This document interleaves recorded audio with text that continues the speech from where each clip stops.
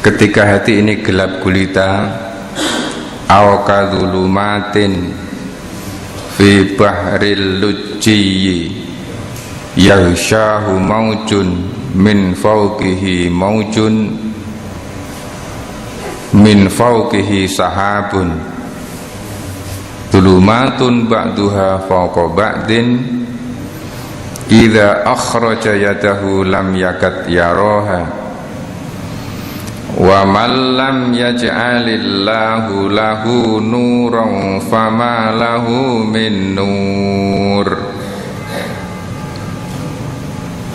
Barang siapa yang Allah tidak memberi cahaya, tidak memberi sinar, tidak memberi hidayah, maka tidak adalah baginya sinar cahaya selain cahaya yang diberikan oleh Allah kepadanya. Maka sangat penting bagi kita semuanya untuk memperhatikan semua kegiatan-kegiatan kita, apakah menjadikan hidup kita semakin terang benderang atau justru malah semakin gelap gulita. Surat 24 ayat 39, Surat An-Nur ayat 39.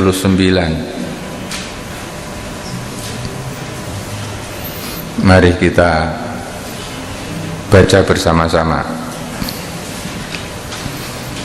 Bismillah. Bismillahirrahmanirrahim. Walladzina kafaru a'maluhum kasarabim biqi'atin yahsabuhu dzam'anu ma'a hatta idza ja'ahu lam yajidhu syai'an wa wajadallaha indahu fawaffahu hisabah wallahu sari'ul hisab. Sekali lagi, walladzina kafaru a'maluhum kasarabim biqi'atin yahsabuhu dzam'anu ma'a hatta idza ja'ahu lam yajidhu syai'an wa wajadallaha indahu fawaffahu hisabah wallahu sari'ul hisab.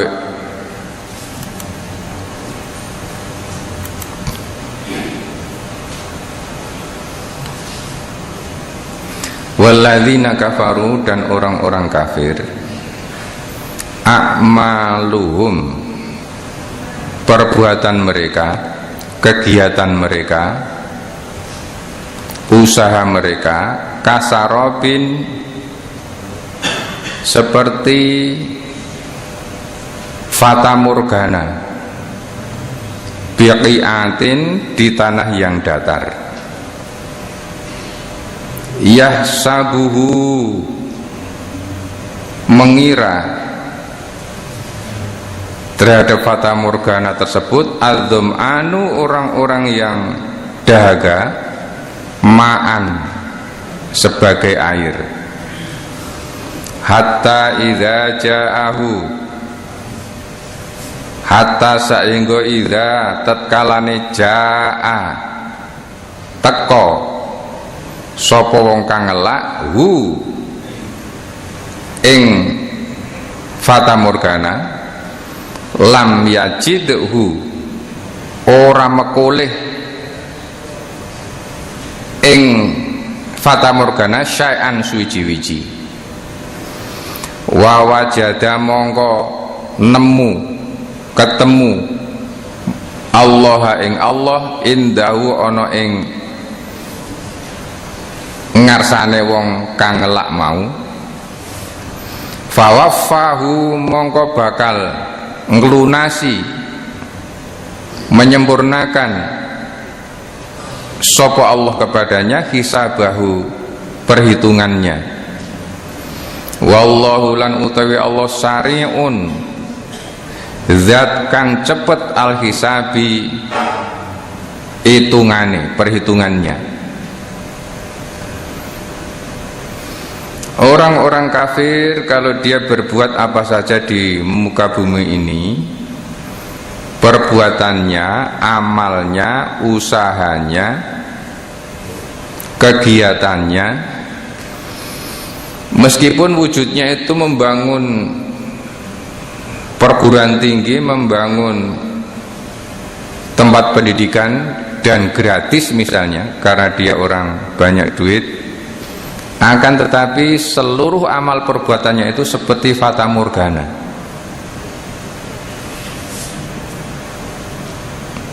Kelihatannya memang mabior seperti ini, seperti sinar di angkasa raya ini,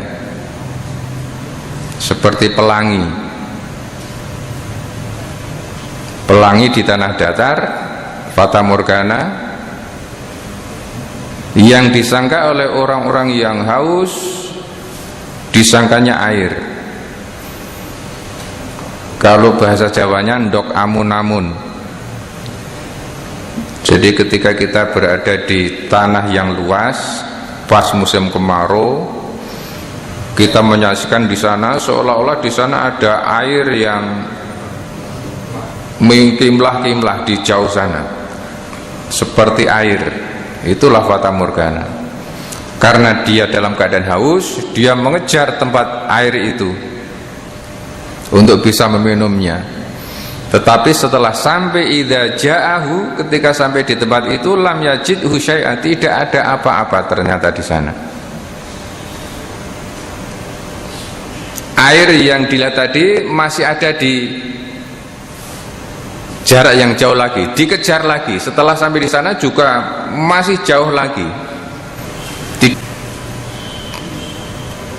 Bapak Ibu yang saya hormati, kalau kita sambungkan dengan hadis yang pada malam Sabtu kemarin kita pelajari, badiru bil a'mali fitanan kaqita'il lailil mudlimi, yusbihur rajulu mu'minan wa yumsi kafiron, aw yumsi mu'minan wa yusbihu kafiron, yabi'u dinahu bi'aradin minad dunya. Segeralah kamu untuk beribadah yang sebaik-baiknya, segeralah beramal soleh yang sebaik-baiknya sebelum datang fitnah. Ketika fitnah itu sudah datang, keadaannya seperti kaqita'il laili mudlima, seperti gulita, pekatnya gulita di malam hari. Karena gelap gulita sehingga orang sudah tidak bisa membedakan mana yang benar, mana yang salah. Manusia keadaannya yusbihur rajulu mu'minan, pagi-pagi dia masih mukmin, wa yumsi kafiron, sore harinya sudah menjadi kafir. Sore hari masih menjadi orang mukmin, kemudian pagi hari dia sudah menjadi orang kafir. Ya bi'udinahu bi'aradin minad dunya, menjual agamanya dengan kesenangan-kesenangan dunia yang fata morgana ini. Kesenangan dunia, kebahagiaan dunia adalah seperti fata morgana. Seperti fata morgana di tanah datar oleh orang-orang yang ngelak, yang haus, yang kemronggo, dikejarlah fata morgana itu. Ini informasi dari Allah Subhanahu wa ta'ala untuk kita semuanya, agar kita tidak salah melihat, tidak keliru untuk menentukan kegiatan-kegiatan kita yang seolah-olah kegiatan itu akan mendatangkan manfaat, mendatangkan kebahagiaan. Ternyata setelah berhasil diperoleh, yang diharapkan tidak sesuai kenyataan. Kenyataannya tidak sesuai dengan yang diharapkannya itu. Tidak sedikit manusia, utamanya di akhir-akhir ini, di era yang seperti ini, mereka bersungguh-sungguh berusaha untuk memenuhi kebutuhannya, untuk memenuhi keinginannya. Dunia itu digambarkan seperti fata morgana oleh orang-orang yang kepingin hidup tenang, hidup nyaman. Mereka habis-habisan mengejarnya. Mereka menganggap bahwa gelar itu yang akan bisa membahagiakan hidupnya, sehingga seluruh tenaganya, seluruh biayanya digunakan untuk mengejar gelar tersebut, untuk belajar dan terus belajar. Setelah gelarnya diterima, dicapai, kebahagiaannya juga tidak ada. Seolah-olah nanti kalau dia mendapatkan gelar, mendapatkan jabatan, anak-anaknya akan terangkat, keluarganya akan mendapatkan manfaatnya. Akan tetapi ternyata anak-anak manusia itu, anak-anak kita itu tidak membutuhkan gelar bapaknya, tidak akan mendapatkan manfaat dari gelar bapaknya, tidak akan mendapatkan manfaat dari pangkat jabatan yang dimiliki oleh ayahnya, tidak akan mendapatkan manfaat dari popularitas yang dimiliki oleh orang tuanya. Semua itu tidak dikehendaki oleh anak-anaknya. Anak-anak kita, anak-anak manusia tidak membutuhkan itu. Keluarganya yang di rumah tidak membutuhkan semuanya itu. Yang dibutuhkan adalah hati bapaknya, hati orang tuanya, bukan kedudukannya, bukan pangkatnya, dan bukan jabatannya. Anak seorang pejabat misalnya, anak tersebut tidak mendapatkan manfaat apa-apa dari jabatan ayahnya, kecuali hanya ditinggal pergi terus, ora tahu dijak jagongan. Yang dibutuhkan anak adalah hati. Yang dibutuhkan istrinya adalah hati. Dikasih awalan per, dikasih akhiran an, nopo? Perhatian yang dibutuhkan. Meskipun bapaknya kondang, tetapi ketika pulang-pulang sudah capek, kemudian ketika anaknya menyambut, oleh ibunya dilarang, ojo, bapak kesel banget loh, gini. Padahal dia kepingin mendapatkan perhatian anaknya, perhatian bapaknya. Kalau tadi di sekolah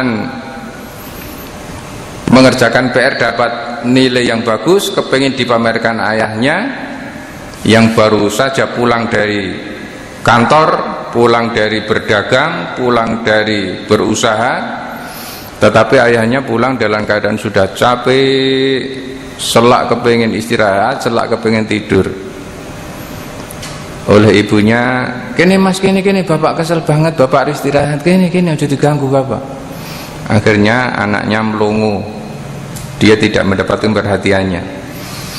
Apalagi kalau ibunya juga orang yang sibuk seperti bapaknya, ya sudah.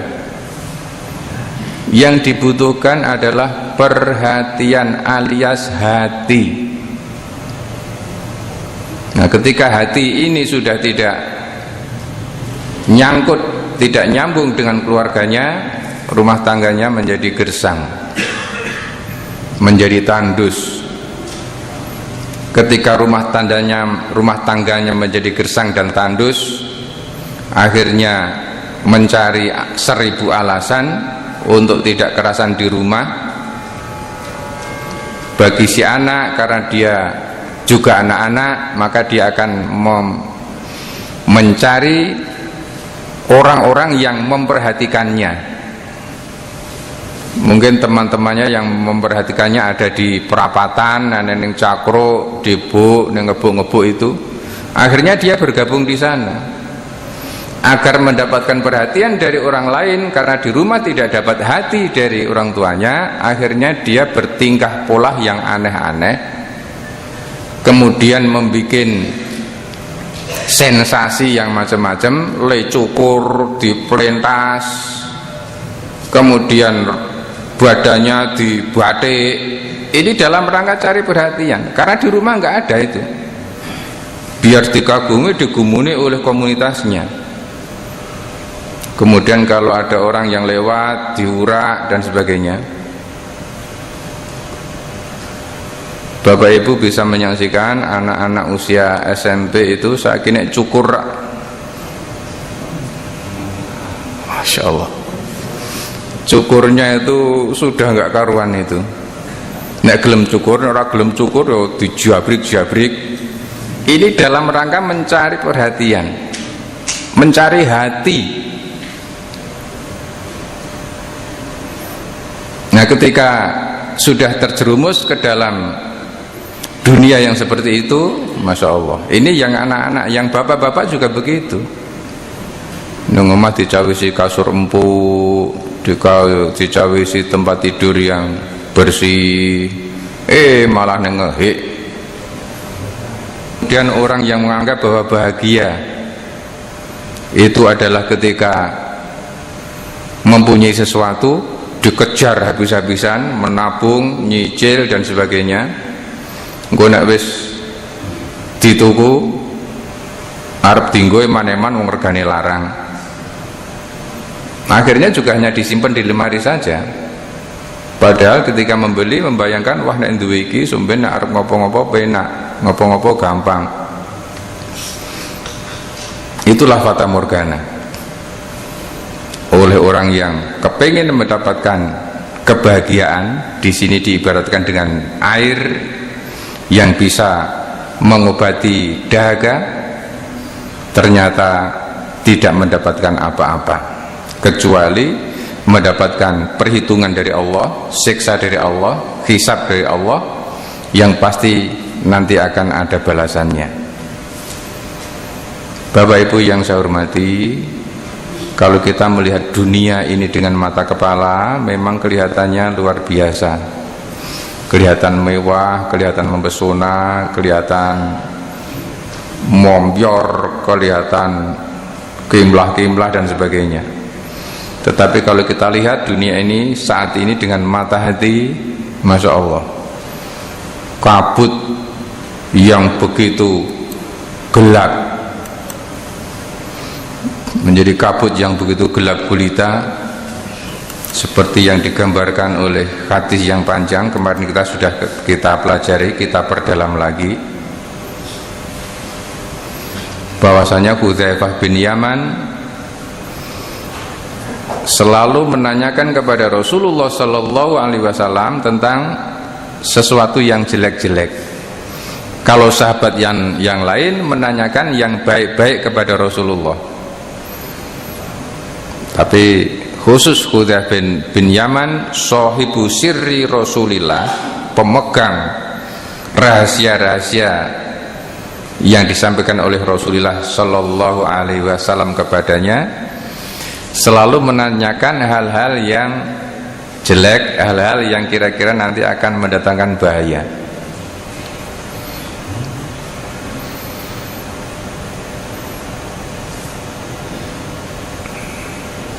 Kanan nasu yas'aluna Rasulullah sallallahu alaihi wasallam anil khairi wa kuntu, kalau saya as'aluhu anis syarri, yang saya tanyakan justru yang jelek-jelek. Makhofatan ayyudrikani, saya takut kalau sampai terjerumus terhadap hal-hal yang tidak baik itu.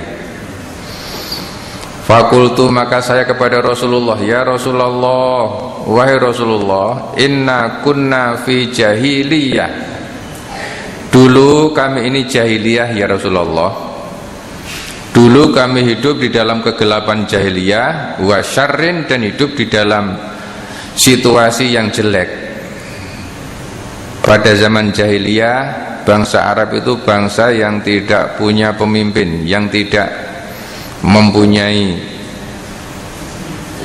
aturan-aturan kemasyarakatan, tidak ada kepala desa, tidak ada pimpinan.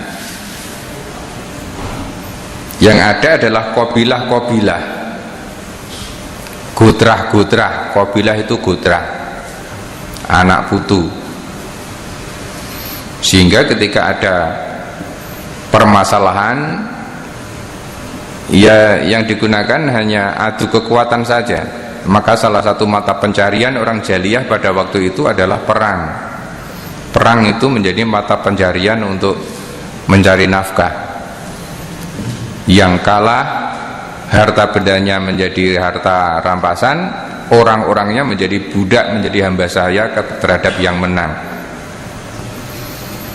Ini yang disampaikan oleh Hudzaifah bin Yaman. Kami dulu jahiliyah ya Rasulullah, faja'anallahu bihadzal khairi, kemudian saat ini kita mendapatkan kebaikan dari Allah subhanahu wa ta'ala. Sekarang kita hidup seperti ini ya Allah, hidup yang penuh kemuliaan di dalam naungan syariah Islam atas bimbingan Engkau ya Rasulullah.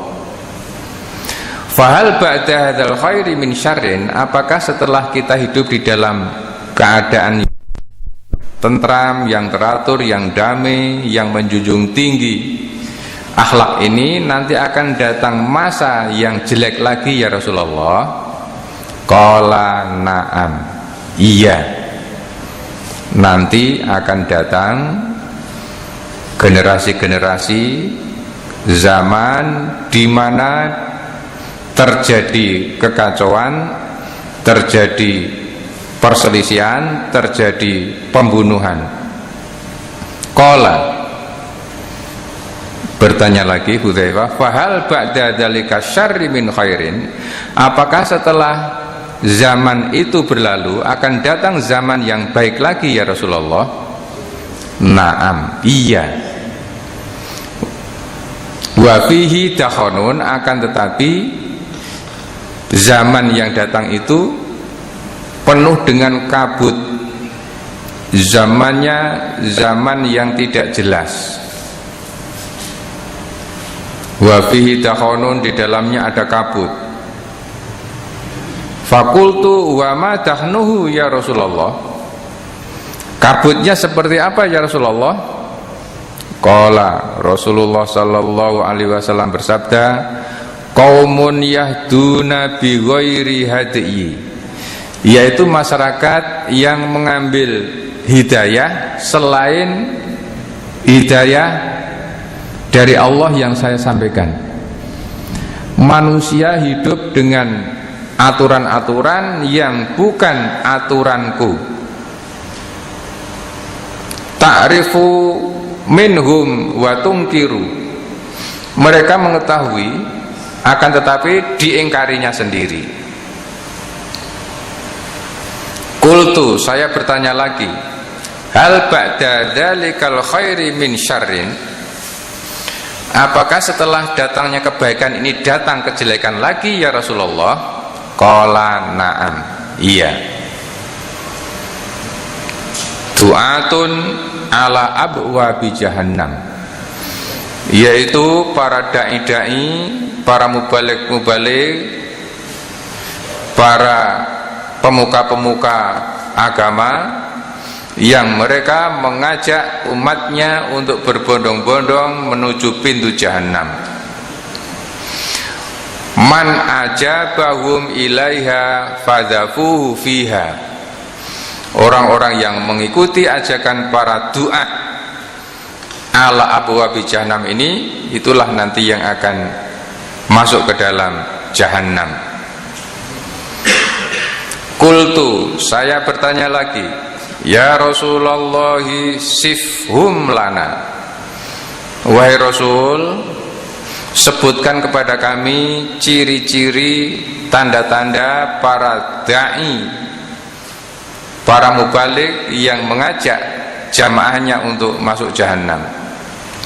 Qala, Rasulullah bersabda, hum min jildatina. Mereka sama dengan kita, kulit mereka sama dengan kita, penampilan mereka sama dengan kita. Wa yatakallamuna bil alsinatina. Bicaranya juga seperti bicara kita, yang dikatakan juga sama, ya Al-Quran, ya hadis Nabi. Mereka juga menyampaikan Al-Quran dan sunnah-sunnahnya, sunnah-sunnah Rasulullah. Jadi susah dibedakan, karena penuh dengan awan ini, zaman yang penuh dengan awan. Membedakan orang yang benar dan orang yang salah ini luar biasa, karena hidup di zaman kegelapan. Qultu fama ta'muruni in adrokani dzalika.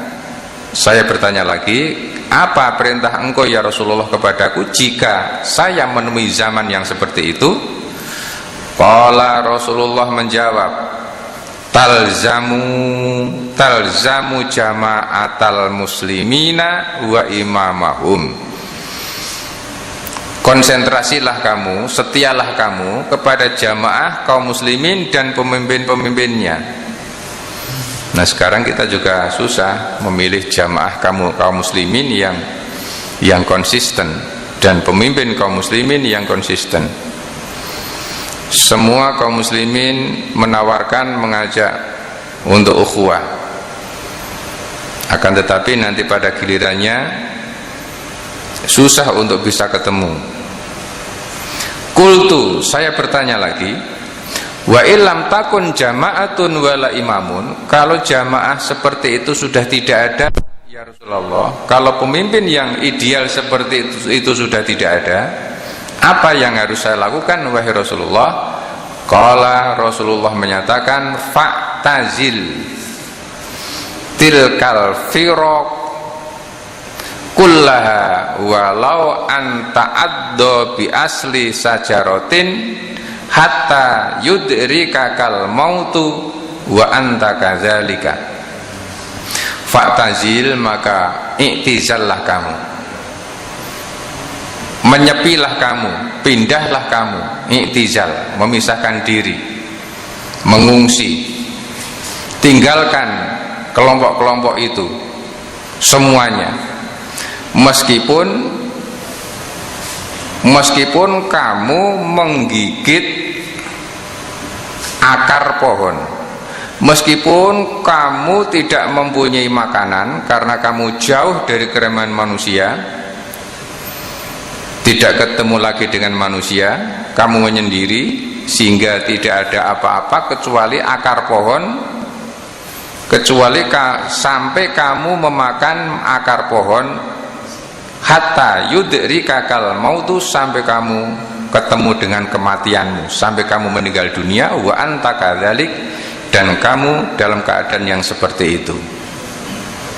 Ini tantangan yang luar biasa. Hidup di zaman gelap gulita seperti ini, susah membedakan mana yang benar dan mana yang salah, karena semuanya mengaku sebagai warasatul anbiya, sebagai ahli sunnah. Semua kelompok muslim saat ini mengaku sebagai ahli sunnah wal jamaah. Kita susah untuk membedakan mana yang ahli sunnah dan mana yang bukan. Kemarin ketika ada takdir Allah ketemu imam besar itu, beliau menyampaikan bahwa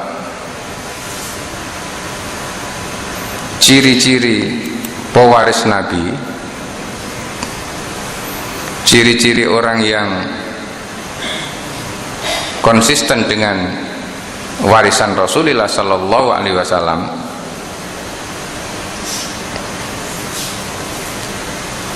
ciri-cirinya satu, orang itu lam yakhsha illallah, tidak takut kecuali hanya kepada Allah Subhanahu wa Ta'ala. Dengan siapapun tidak takut. Ini Pak Mustafa Yakub ini.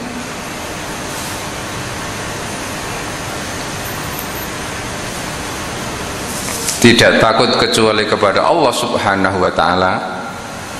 Kemudian yang kedua, mereka warasatul anbiya itu mewarisi nabi. Mewarisi nabi, nabi meninggalkan ilmu, tidak meninggalkan selain itu, maka mewarisi perjuangan Rasulullah, mewarisi ilmunya, mewarisi tugas-tugas para rasul, mewarisi tugas-tugas para rasul. Padahal tugas para rasul kita tahu sendiri, Rasul baik Rasulullah Muhammad Sallallahu Alaihi Wasallam maupun sebelumnya di dalam melaksanakan tugasnya tidak mendapatkan gaji, nggak punya SK, nggak punya pensiun, tidak pernah mendapatkan amplop. Itu yang harus diwarisi, perjuangan seperti itu. Bahkan dicaci maki, bahkan diancam, bahkan dihina, bahkan diancam untuk dibunuh. Ini yang harus diwarisi, perjuangan para nabi. Kemudian ilmu para nabi itu yang harus diwarisi. Tidak takut kecuali hanya kepada Allah Subhanahu wa Ta'ala. Mewarisi ilmunya, mewarisi perjuangannya, mewarisi semangatnya, di dalam berdakwah tidak mengenal lelah, tidak mendapatkan bayaran, tidak mendapatkan imbalan, tidak mendapatkan honor. Ya, ternyata tidak mudah menjadi pewaris para nabi itu, menjadi umat Rasulullah Muhammad SAW, dan itulah orang-orang yang nantinya akan mendapatkan syafaat beliau ketika kita mampu untuk mewarisi yang ditinggalkan oleh Rasulullah SAW itu. Tidak takut kecuali hanya kepada Allah, kemudian menguasai atau memiliki ilmu yang ditinggalkan oleh Rasulullah, mewarisi ilmu-ilmunya. Ilmu yang diwariskan oleh Rasulullah Sallallahu Alaihi Wasallam itu adalah bukan ilmu ekonomi, bukan ilmu caranya berdagang, tidak, bukan ilmu caranya membangun jembatan yang kokoh, ilmu cara membangun gedung yang bertingkat, bukan ilmu itu yang diwariskan oleh Nabi, bukan ilmu teknologi yang canggih, bukan. Tetapi yang diwariskan oleh para nabi dan rasul adalah ilmu syara', ilmu syar'i. Itu yang harus diwarisi. Akan tetapi kalau sudah sampai ilmu yang seperti ini, tidak banyak peminatnya. Yang berminat tidak banyak. Tetapi kalau mempelajari ilmu tentang dunia ini, Masya Allah, ya'lamuna zahiran minal hayati dunya wa hum anil akhirati hum ghafilun. Surat 30 ayat nomor 7.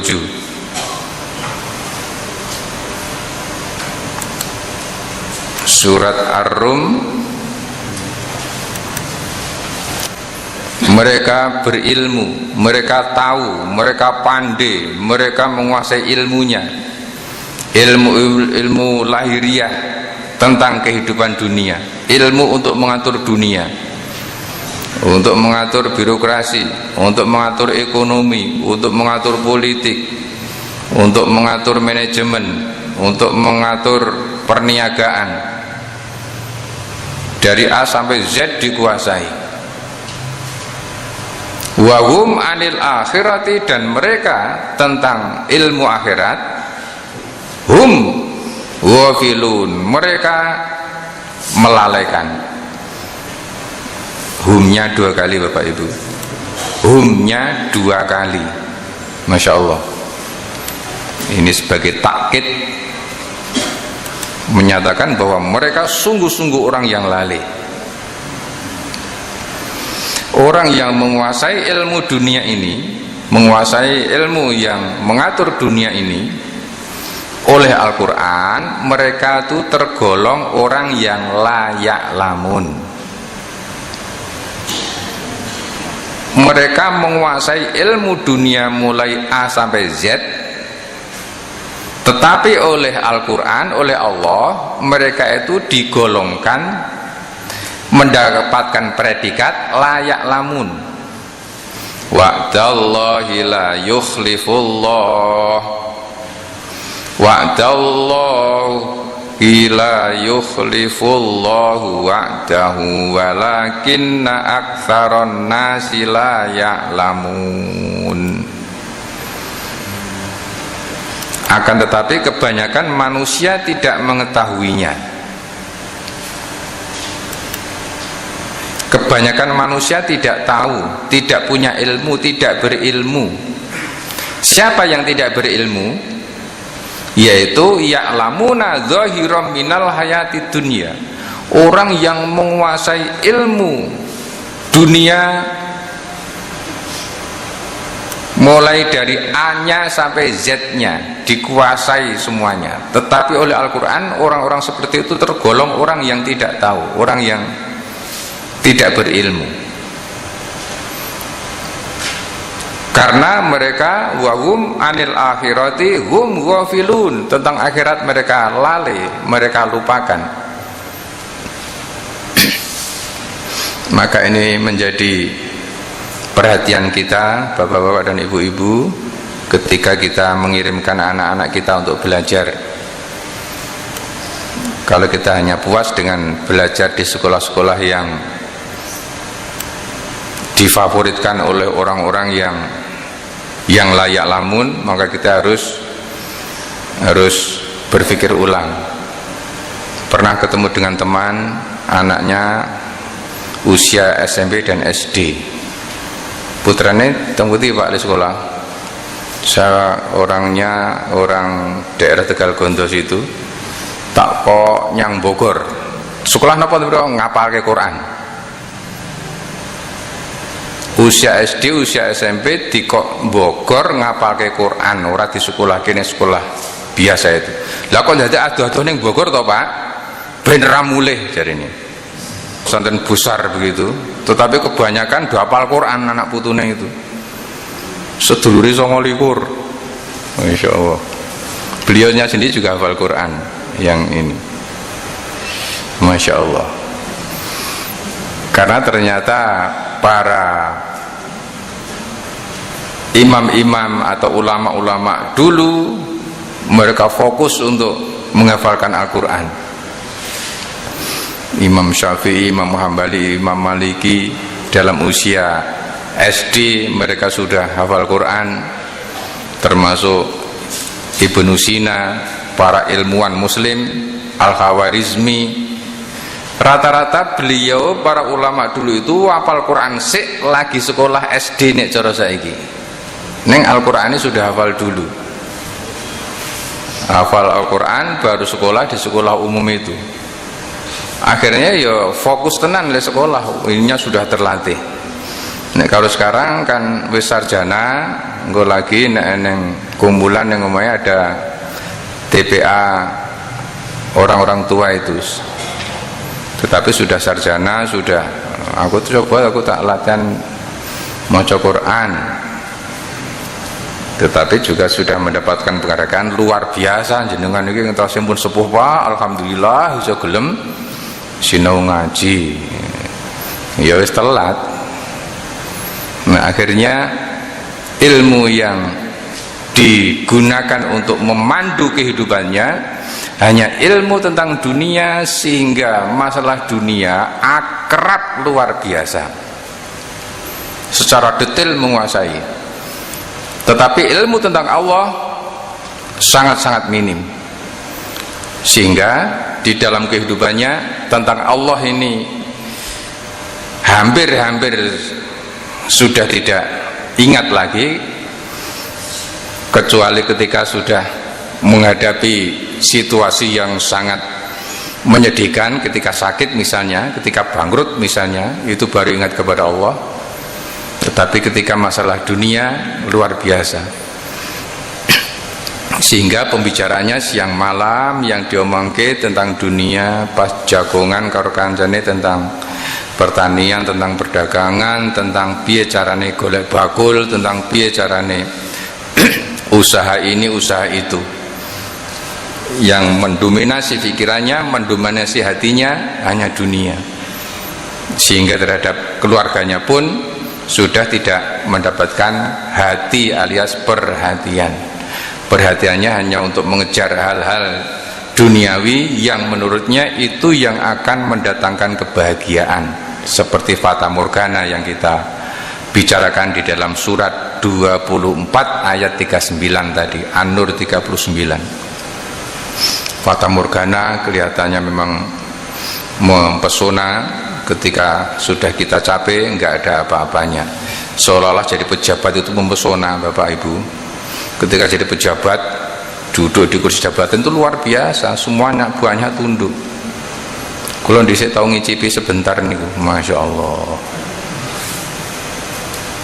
Bareng kula pun ngenten iki do ngaku, Pak, kula dhisik niku ajeng sowan panjenengan, ajeng madhep niku.